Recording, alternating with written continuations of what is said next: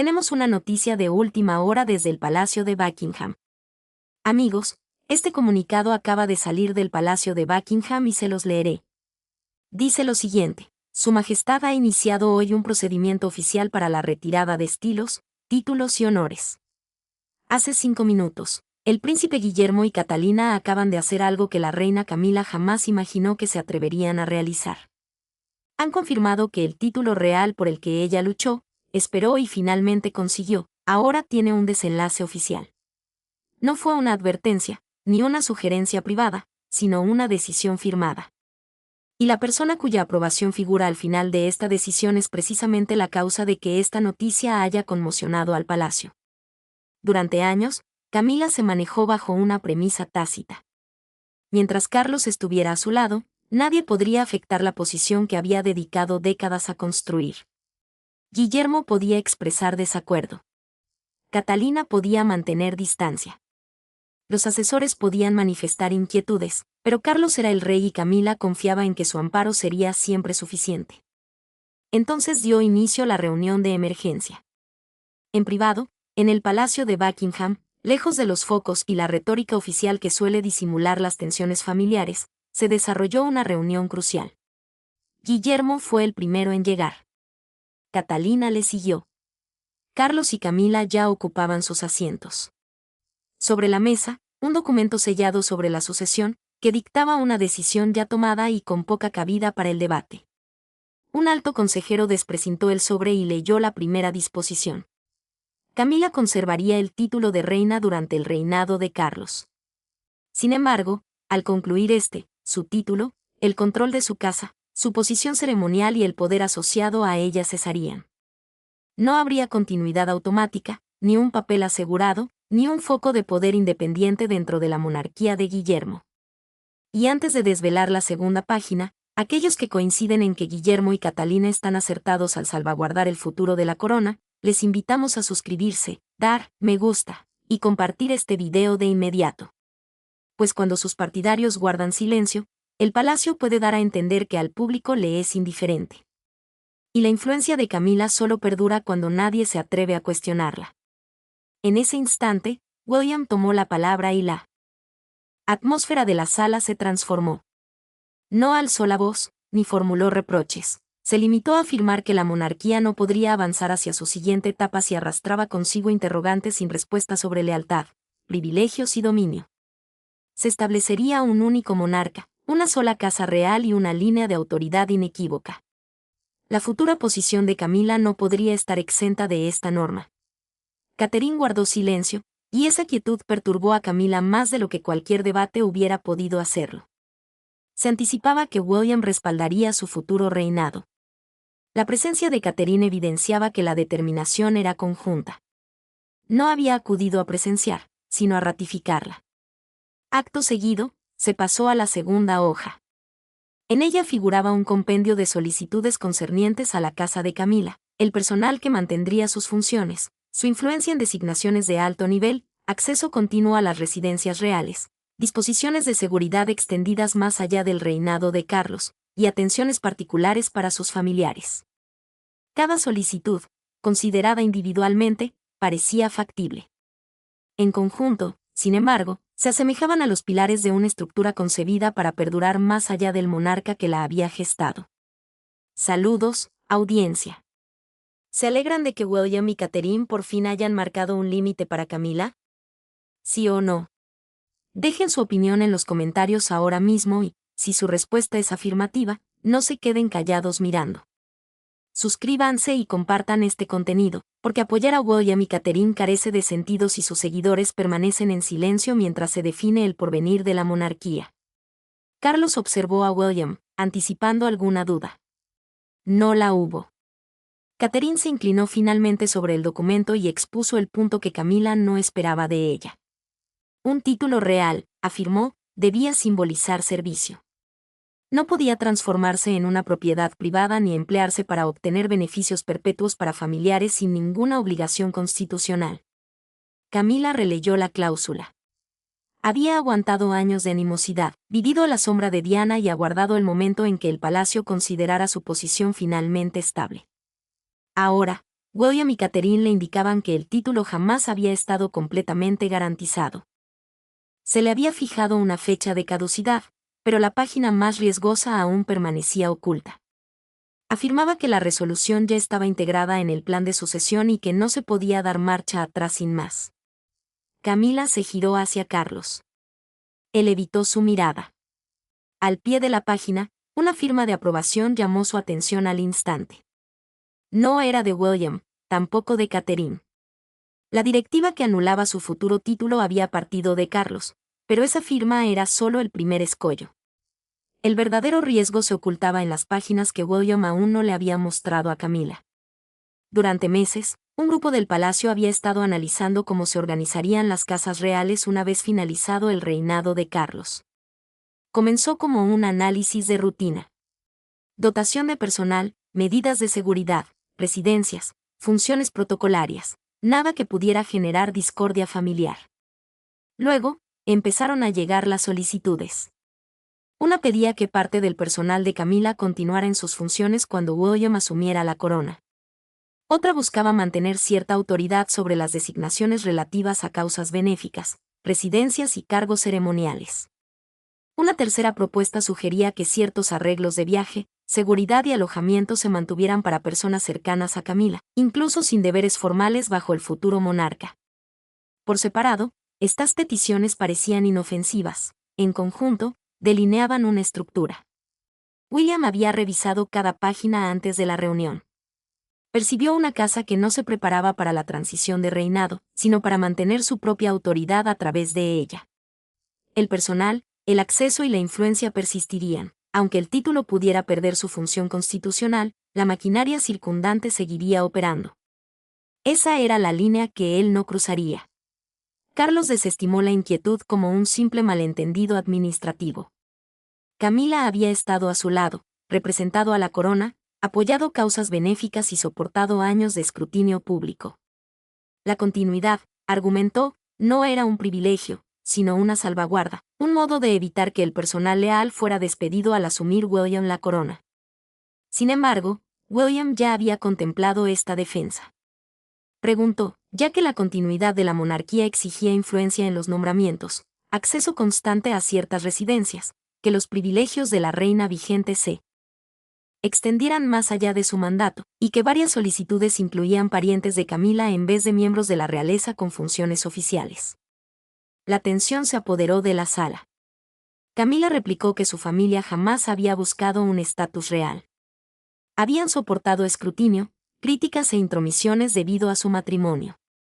Cualquier apoyo mencionado en los documentos buscaba salvaguardarlos de repercusiones no deseadas. Catherine la observaba en silencio. Luego, formuló una única pregunta. ¿Qué servicio justificaría tales privilegios? Nadie contestó. Ese silencio evidenció la fragilidad de toda la argumentación. Los privilegios reales se justifican cuando sirven a un propósito oficial. Se vuelven difíciles de defender si se basan en parentesco, lealtades personales o conveniencia. La inquietud de Catherine no era meramente institucional, sino también social. Cada residencia, cada puesto de trabajo para el personal, cada medida de seguridad y cada nombramiento, tarde o temprano, generarían la misma pregunta fuera de los muros del palacio. ¿Por qué debía continuar todo esto y a quién beneficiaba realmente? Carlos se removió en su asiento. Comprendía el descontento popular mejor que la mayoría. Había presenciado cómo minúsculos detalles financieros se transformaban en polémicas de alcance nacional. Sabía que un privilegio mal justificado podía opacar meses de labor pública. Camila se mantuvo firme en su postura. Afirmó que William y Catherine la trataban como si estuviera orquestando una corte paralela. Estaban interpretando la planificación como una señal de ambición desmedida. El futuro reinado, recalcó, podría demostrar respeto por la monarca actual sin menoscabar su propia autoridad. William abrió el documento, deslizando una hoja hacia ella. En la parte superior, 6 palabras concisas: continuidad más allá del soberano actual. Nada más en la sala parecía tener relevancia. Esa frase había surgido una y otra vez en las solicitudes.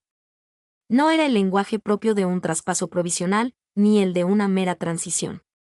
Describía un plan concebido para perdurar más allá del mandato de Carlos y mantenerse vigente bajo el liderazgo de William. La expresión de Camila se tornó fugazmente distinta. Señaló que el texto provenía de otros funcionarios. Ella misma no lo había redactado. Ni cada frase contaba con su visto bueno.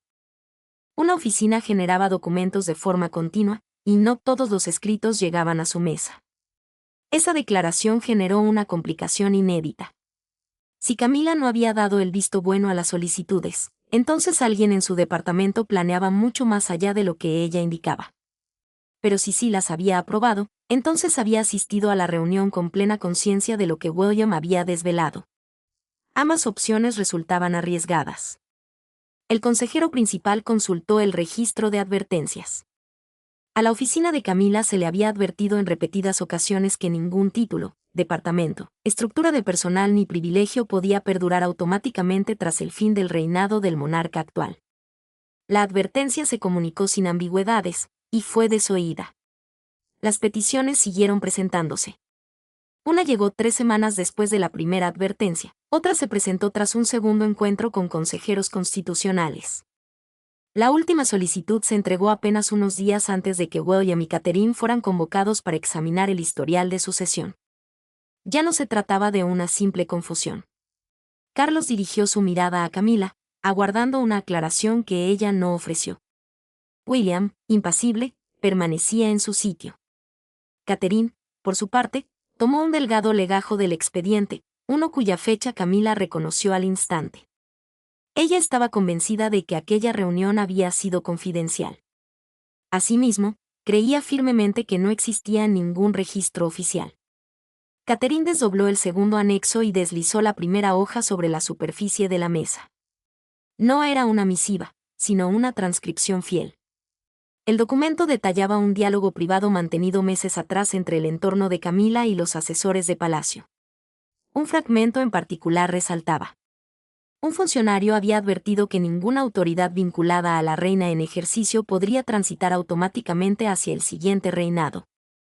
La respuesta proveniente del lado de Camila fue categórica. Busquen una alternativa. Camila repasó la frase por duplicado. Acto seguido, fijó su vista en Catherine. Por primera vez en esa velada, la tensión adquirió un matiz íntimo. Camila inquirió si Catherine comprendía la postura que estaba adoptando. Cada vocal resonaba con años de descontento acumulado. Catherine se había integrado a la vida de la realeza, recibida con beneplácito por la multitud, resguardada por William y acogida como el porvenir de la corona. El recorrido de Camila fue distinto. Experimentó el rechazo y la certeza de no ser aceptada al lado de Carlos. Esperó décadas por el título. Ahora, Catherine contribuía a ponerle fin. Catherine cerró el anexo y posó ambas manos sobre la mesa. Su réplica fue serena. Señaló que el sacrificio podía justificar la importancia del título. No podía determinar cómo debía funcionar dicho título una vez cumplido su cometido constitucional. Esa diferencia modificó el ambiente de la sala. Camila se refería a la supervivencia. Catherine hablaba de las limitaciones. Reconoció los años de Camila bajo el escrutinio público. Aceptó que Carlos la eligió, la respaldó y le forjó un espacio en su reinado. Nada de eso se desvanecería. Sin embargo, el siguiente reinado no podía regirse por compromisos del anterior. Un título no era una recompensa, sino un deber, y el deber cesaba al terminar la función. Los ojos de Camila se entrecerraron. Inquirió si Catherine pensaba renunciar a todo con la misma sencillez cuando llegara su momento. La pregunta pretendía revelar una contradicción. Catherine contestó sin titubear. Una vez concluidas sus obligaciones, también debía cesar la autoridad inherente a ellas. Ninguna casa debía perdurar solo porque su anterior líder hallara satisfacción en el poder. William la observó. Él ya entendía su perspectiva. Escuchar la verdad tan diáfanamente dotaba a la determinación de una legitimidad que las leyes no podían conferir. Camila se dirigió a Carlos y le consultó si permitiría que William y Catherine limitaran su existencia a su lado a una mera etapa administrativa. Carlos lucía exhausto. Afirmó que nadie estaba acortando su vida. La conversación giraba en torno a lo que sucedería tras su mandato. Esa contestación le afectó más de lo que cualquier objeción hubiera podido. Carlos había aceptado la diferencia. Camila dejó a un lado el apéndice. Aseguró que jamás había visto las advertencias. Jamás había dado permiso a nadie para buscar una vía de sortear la futura autoridad de William. Su despacho gestionaba innumerables borradores. Algunos eran meramente exploratorios. Otros jamás llegaron a su conocimiento. El asesor principal abrió un segundo expediente. Este demostraba que la advertencia se había remitido a su secretario particular. Un acuse de recibo confirmaba su apertura. A la mañana siguiente, un encuentro se añadió a la agenda personal de Camila. No se indicó propósito alguno, ni se guardaron actas, pero más tarde, la frase continuación más allá del soberano actual surgió en un documento modificado. Alguien había tomado cartas en el asunto. La incógnita era, ¿quién? Camila declaró que su asistente personal había entendido mal los hechos. William inquirió si esa confusión también aclaraba las solicitudes sobre propiedades, empleados y acceso a su círculo íntimo. Ella replicó que los asistentes suelen plantear alternativas generales antes de afinarlas. Catherine, prestando atención, preguntó por qué cada alternativa fortalecía la futura influencia de Camila y ninguna la limitaba. Una vez más, el silencio prevaleció. Carlos intervino, sugiriendo suspender el procedimiento mientras el equipo de Camila llevaba a cabo su propia evaluación. Una interrupción, argumentó, separaría las intenciones de Camila de las acciones de su personal. William negó con la cabeza. El plazo para una auditoría interna ya había expirado. La oficina de Camila había sido notificada previamente. Había seguido presentando solicitudes. El equipo encargado de la sucesión había respondido. Posponer esto ahora expondría al próximo reinado a una disputa que ya se veía venir. Carlos planteó la pregunta que había estado eludiendo. ¿Se trataba de un castigo? La respuesta de William fue instantánea. No era una medida de protección.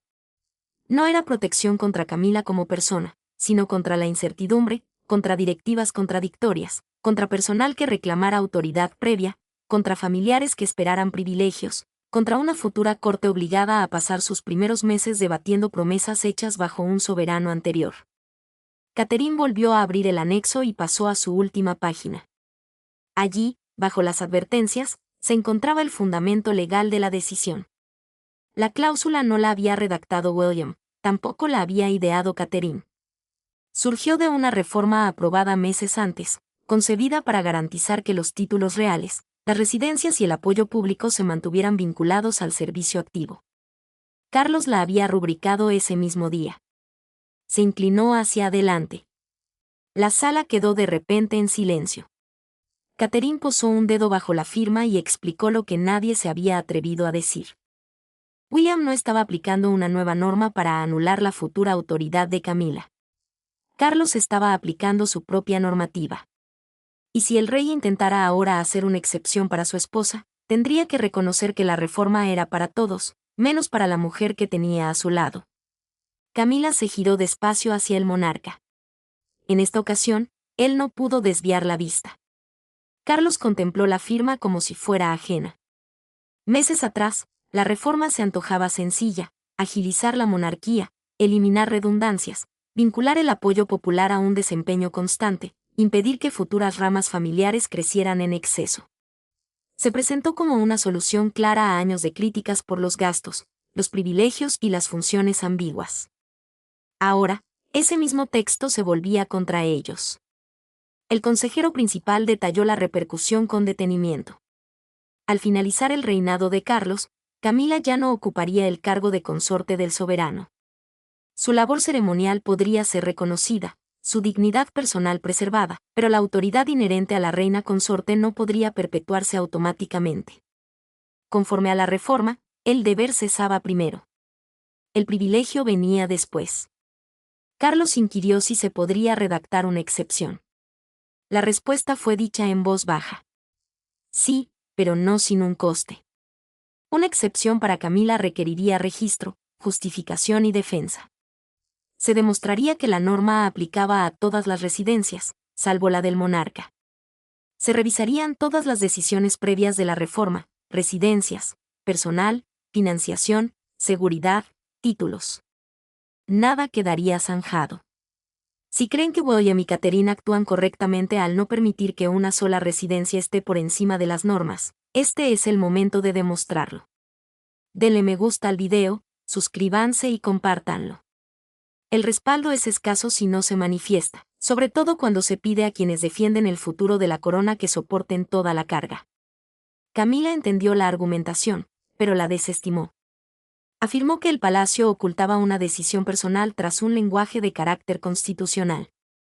Ninguna norma obligaba a William a actuar en ese instante. Ninguna urgencia exigía que Catherine estuviera a su lado. Eligieron ese momento a propósito, para resolver el asunto antes de que Carlos pudiera intervenir en su defensa. William no contestó al instante. Pasó a otra parte del informe. La reforma ya formaba parte del plan de sucesión. Se habían enviado copias a la asesoría legal, a los asistentes personales y a los consejeros encargados del futuro reinado. Ya no era un compromiso confidencial entre Carlos y su equipo. Se había integrado en el mecanismo que facilitaría el traspaso de poder. Esto alteraba por completo la situación. Carlos podría ajustar la política durante su mandato, pero cualquier cambio enfocado exclusivamente en proteger la posición de Camila sería evidente. No podría disimularse, ni presentarse como una medida habitual. El registro escrito ya estaba establecido. En ese momento, se abrió la puerta. La princesa Anne entró sin formalidades. Se le había solicitado que evaluara la reforma, dada su experiencia con las monarquías y su prolongada trayectoria al servicio de 2 reinados. Ya conocía los argumentos antes de ingresar a la sala. También sabía con precisión cuál era el punto débil. Anne miró primero a Camila, luego a Carlos. Le recordó que una reforma solo tiene validez cuando quien la propone acepta sus propias restricciones. Un soberano no puede imponer disciplina a su familia, reducir el número de casas reales, cuestionar acuerdos establecidos y, acto seguido, obviar cada principio cuando el mismo escrutinio se dirige hacia su cónyuge. Carlos mencionó que Camila no era solo una integrante más del clan. Ana sintió en acuerdo. Justamente por ello, la vara debía ser más definida, no más flexible. Camila acusó a Anne de aliarse con William y Catherine en su contra. Anne negó tal afirmación. El cariño, explicó, no era el quid de la cuestión. Existían roles definidos, uno ligado a la monarquía actual, otro destinado al futuro. Mezclarlos resultaría en que empleados, consejeros y allegados reclamaran directrices de 2 fuentes diferentes. El riesgo no era de gran escala, sino burocrático. Eso lo empeoraba. Un palacio no requiere un choque frontal para caer en el desorden. Requiere una directriz ambigua, un nombramiento objetado por otro departamento, un familiar con acceso prometido que el futuro monarca no reconoce. Una antigua tradición que insiste en que un acuerdo previo sigue vigente. William comprendía ese peligro. Catherine también resaltó el punto sobre la jerarquía. Si Camila mantenía la función real de facto tras el reinado de Carlos, ¿qué implicaría eso para la futura reina? ¿Quién tendría la palabra inicial en actos formales? ¿Qué círculo familiar dictaría las pautas al personal? ¿Qué departamento se encargaría de recibir a las visitas internacionales? Hasta la más mínima duda protocolaria podía desembocar en un conflicto público. Camila afirmó que Catalina buscaba salvaguardar su propio futuro cargo. Catalina no lo desmintió. Señaló que la próxima etapa de gobierno demandaba transparencia, no enfrentamientos.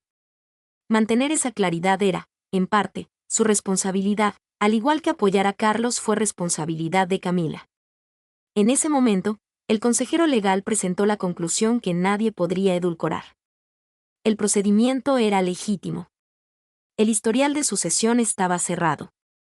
La exclusión de la futura autoridad automática de Camila ya se había implementado como norma. Carlos podría cuestionarla, pedir una nueva evaluación, incluso intentar modificar el procedimiento, pero no podía anular el historial actual ni las motivaciones detrás de su creación. Camila apartó el documento. Solicitó que Carlos revocara la determinación antes de que trascendiera fuera de esa sala. William finalmente la miró fijamente. Carlos podía oponerse, podía postergarlo, pero ya no tenía la potestad de hacerlo desaparecer discretamente. La resolución ya se había integrado en el futuro que estaban forjando. Camila no volvió a posar la vista en Carlos, sino que miró a William. Por primera vez en toda la velada, la cuestión que los separaba se despojó de asesores, papeles y tecnicismos legales. Se tornó directa, íntima, de una sencillez que dolía. ¿Estaba él, en realidad, dispuesto a apartarla? William contestó, imperturbable. La decisión no se basaba en lo que él deseaba para Camila, sino en lo que el futuro reinado podía soportar sin riesgos. El esquema de sucesión ya contaba con aprobación. La ruta estaba definida. Su deber era ratificarla, no ignorar su existencia. Camila se giró hacia Catherine, y ésta asintió. Sin titubear, sin dulcificar la sentencia, afirmó que la futura corte no podía arrancar bajo el peso de un mando dividido. A Camila se le otorgaría el decoro, se reconocería su labor junto a Carlos. Pero la autoridad inherente al título de reina cesaría al concluir su cometido. Allí estaba el instante que nadie en la estancia podía revertir. Carlos se alzó de su asiento y se dirigió hacia el ventanal. Llevaba años protegiendo a Camila de la opinión pública adversa, de las objeciones internas y de la sombra de lo que había sido antes. Ahora, el mayor peligro para su estatus no provenía del exterior del palacio, sino del futuro monarca. Carlos planteó una solución de compromiso. Camila podría mantener su rol ceremonial una vez finalizado su reinado.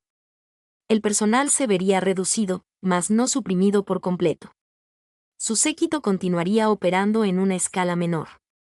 Dejaría de tener poder de decisión, pero mantendría la imagen pública de reina. Por un instante, la atmósfera en la sala se tornó más apacible. Seguidamente, William rechazó la propuesta, no con la intención de menospreciarla, sino porque los títulos imprecisos conferían un poder sustancial. El personal se alineaba con los títulos, los funcionarios se sometían a la jerarquía. Los allegados generaban expectativas en torno a las audiencias. Un título ceremonial podía evolucionar hacia un cargo de facto en poco tiempo, sobre todo si el círculo cercano a Camila mantenía su dinámica habitual. Catherine propuso una alternativa más restrictiva. Camila recibiría el reconocimiento en privado, una escolta acorde a su rango y un lugar de residencia resguardado de toda intromisión. Pero nada de eso le conferiría autoridad inherente sobre la siguiente casa, sin designaciones, sin directivas al personal de alto rango, sin una influencia que se presentara como un derecho constitucional. Camila solo percibía una palabra subyacente a todo ello, relegada. No había pasado décadas de escrutinio para acabar siendo una viuda apartada, situada amablemente al margen de la corte de William. No había soportado el lento ascenso de forastera a reina, solo para que le comunicaran que dicho título se desvanecería en el instante en que Carlos lo hiciera. El secretario de prensa entró con un borrador de comunicado. No aludía a ninguna destitución, ni mención alguna a William y Catherine, ni referencia a la controversia. El texto definía la medida como una aclaración constitucional sobre las disposiciones de la Casa Real en un futuro reinado. Camila casi se echó a reír. Las palabras eran tan sutiles que apenas parecían tener sustancia. William leyó el comunicado y lo dejó a un lado. El lenguaje público podía seguir siendo mesurado, afirmó, pero el registro interno debía ser preciso. La autoridad del título cesaría con el cambio de reinado. El estilo futuro que se estableciera dependería del visto bueno por escrito del futuro monarca. Ninguna rama familiar de la reina obtendría supervivencia automática. Ningún derecho de familia se transferiría con ella. El secretario particular tomó nota de cada palabra. Entonces surgió el tema de las rúbricas. Carlos inquirió sobre dónde se esperaba que estampara su firma. El consejero legal replicó que no se precisaba ninguna rúbrica adicional. El marco ya contaba con la aprobación otorgada bajo la autoridad que el propio Carlos había conferido meses atrás. El Consejo del Palacio había finalizado su análisis. El expediente de sucesión ya estaba debidamente registrado. William y Catherine no exponían una nueva propuesta. Simplemente validaban cómo se aplicaría el orden ya vigente. Camila permaneció paralizada. Todo lo que había concebido sobre aquel encuentro se trastocó en ese preciso momento. Había supuesto que Carlos podría salvarla con una única directriz. Había creído que el rey representaba aún el último bastión entre ella y el porvenir que William proyectaba erigir. Sin embargo, Carlos ya había renunciado a esa potestad, quizás sin ser consciente, quizás sin intención, pero el desenlace era idéntico. La última hoja fue colocada ante Camila. Cerca del final, halló un conjunto de iniciales junto a la aprobación original de la reforma. Reconoció la caligrafía al instante. Carlos.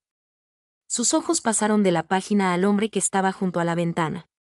Se veía más envejecido bajo la luz tenue, menos como un monarca dominando la sala y más como un esposo que había llegado al límite de una respuesta que no deseaba dar. Camila rozó las iniciales con un dedo. La sala aguardaba. William guardó silencio. Catherine no dijo nada. Incluso Anne permaneció quieta. Camila le preguntó a Carlos si él lo sabía. Él se giró despacio, pero antes de que pudiera contestar, el consejero cerró la carpeta exterior, dejando ver un último anexo sellado debajo, un documento del que ninguno había hablado y en cuya portada figuraba el nombre de Catherine. El anexo sellado llevaba el nombre de Catherine, pero no era ella quien lo había escrito. Era un memorando redactado tras una consulta privada en la que había participado con los asesores constitucionales encargados del futuro reinado. Catherine había formulado una única pregunta. ¿Qué sucedería si una reina continuara dando directrices a través de su personal una vez que un nuevo soberano ocupara el trono? La respuesta ocupó 3 páginas. Cualquier directriz no oficial podría sembrar dudas sobre nombramientos, acceso, seguridad y representación pública. Podría forzar al futuro monarca a confrontar públicamente a la viuda de su progenitor. Catalina había solicitado que se mitigara ese peligro antes de llegar a tal extremo. Camila lo comprendió al instante. Catalina no había acudido a la reunión de urgencia como una simple aliada de Guillermo. Había contribuido a señalar la vulnerabilidad que había conducido a todos a esa encrucijada. Carlos desdobló el informe. Su mirada recorrió las líneas, deteniéndose en la propuesta que se hallaba hacia el final. Toda autoridad vinculada a la consorte en ejercicio debía extinguirse con el cambio de reinado, a menos que el nuevo soberano la revalidara. Debajo de esa sugerencia figuraba la aprobación de Catalina. Conforme. En ese instante, Camila la observó al otro lado de la mesa. La cólera que sentía hacia Guillermo se disipó. Catalina no había alzado la voz, ni proferido amenazas, ni impuesto su autoridad. Había formulado la pregunta que nadie en torno a Carlos deseaba abordar, y luego esperó mientras la corte alcanzaba la única conclusión defendible. Carlos finalmente dio una respuesta a Camila. Mencionó que estaba al tanto de la reforma. Sabía que ésta limitaría las futuras casas reales, pero no había comprendido que los consejeros la implementarían de manera tan exhaustiva en su título. Pensaba que el respeto por su cargo perduraría ante cualquier avance tecnológico. Camila inquirió si él había revisado las cláusulas finales. Carlos hizo una breve pausa. Esa pausa fue reveladora. Él había avalado el esquema general. Había depositado su confianza en que otros se encargarían de los pormenores y, en algún punto entre su intención y la redacción incluida en el registro de sucesión, la futura autoridad de Camila se había desvanecido. Nadie festejó. William obtuvo certeza, pero observó a su padre percatarse de que su propia firma había generado la brecha más grande en esa estancia. Catherine salvaguardó el futuro reinado, pero esa salvaguarda había dejado a Carlos expuesto ante su esposa. Ana defendió la normativa, pero incluso ella comprendía lo que se había sacrificado. Camila se levantó, sin volver a solicitar el documento. Declaró que cada individuo presente en esa sala había tomado una determinación y que, en el futuro, cada uno tendría que afrontar cómo sería recordada esa determinación. Acto seguido, se retiró. La puerta se cerró sin ruido. Ese instante selló la permanencia de la discordia. Carlos se quedó cerca de la ventana, observando cómo los asesores guardaban los documentos. William se aproximó, pero Carlos alzó una mano. No deseaba oír excusas. Jamás. En ese preciso instante, el heredero al trono había salvaguardado el sistema. El esposo que ostentaba el poder había sido incapaz de proteger a la mujer que lo acompañaba. Ambas realidades podían coexistir. Anne se demoró una vez que William y Catherine se marcharon. Le comunicó a Carlos que las cuestiones de sucesión jamás se desvanecen por el simple hecho de que una familia evite abordarlas. Permanecen latentes, alimentan el rencor, y resurgen cuando nadie está listo para afrontarlas. Fuera de esa estancia, la residencia de Camila empezaba a recibir directrices inéditas. Se reevaluarían los contratos del personal. El acceso futuro requeriría autorización. Las gestiones privadas se desvincularían de las de carácter oficial.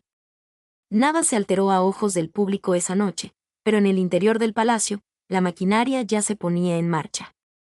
William y Catherine transitaron por un pasillo reservado, sin cruzar palabra con los empleados que aguardaban. Habían entrado ostentando los títulos de príncipe y princesa de Gales. Se alzaron como el eje central del futuro reinado. Camila conservaba su título, pero su destino ya no estaba en sus manos. El comunicado oficial del palacio, emitido posteriormente, empleó un lenguaje medido, continuidad, clarificación, transición. Omitió la confrontación, las iniciales o el instante en que Carlos quedó sin respuesta. No obstante, la decisión crucial residía en el documento de sucesión, resguardado por firmas inalterables. Y el enigma persistía. ¿Firmó Carlos sin comprender o previó el curso de la reforma, permitiendo que William culminara lo que él no pudo? Aquellos que consideren acertada la postura de William y Catherine al establecer un límite, les invitamos a suscribirse, dar me gusta y compartir este relato. El silencio actual solo facilita que la realeza sustituya un instante definitorio por un discurso destinado al olvido. Pero la próxima revelación podría ser aún más trascendental. Esa misma noche, otro documento fue extraído del despacho de Camila, detallando en una lista manuscrita 3 nombramientos reales, una propiedad privada y el nombre del pariente a quien Camila deseaba proteger primordialmente. Ese nombre lo cambia todo.